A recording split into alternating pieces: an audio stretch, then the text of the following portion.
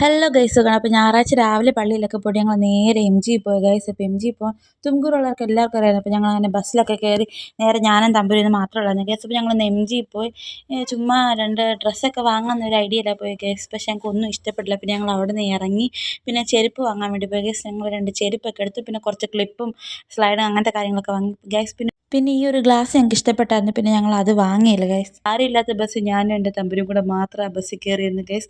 Bus പിന്നെ കുറച്ച് കഴിഞ്ഞ് എടുത്തത്. പിന്നെ ഞങ്ങൾ നേരെ പോയത് ഒരു ഷേക്കൊക്കെ കുടിക്കാൻ. അവിടെ ചെന്നപ്പോൾ കുറച്ച് പരിചയമുള്ളവരെ കണ്ടു കിട്ടി ഗൈസ്, ഞങ്ങളുടെ കൂടെ പഠിക്കുന്നവരെ തന്നെ.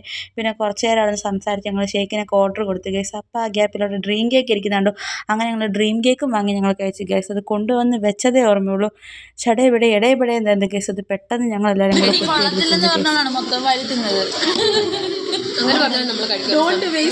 കൂടെ ശരിയാണ് ഗൈസ്, ഫുഡ് വേസ്റ്റ് ചെയ്ത് ഗൈസ്. അവർക്ക് ഒത്തിരി മധുരം പറ്റില്ല, അത്ര ഉള്ളതാണ് ഗൈസ്. പക്ഷേ മൊത്തം കുടിച്ച് അങ്ങനെ ഞങ്ങളുടെ ഷേക്കും ഫലൂടെ എല്ലാം വന്ന കേസ്. അപ്പോൾ അതൊക്കെയും കുടിച്ചു.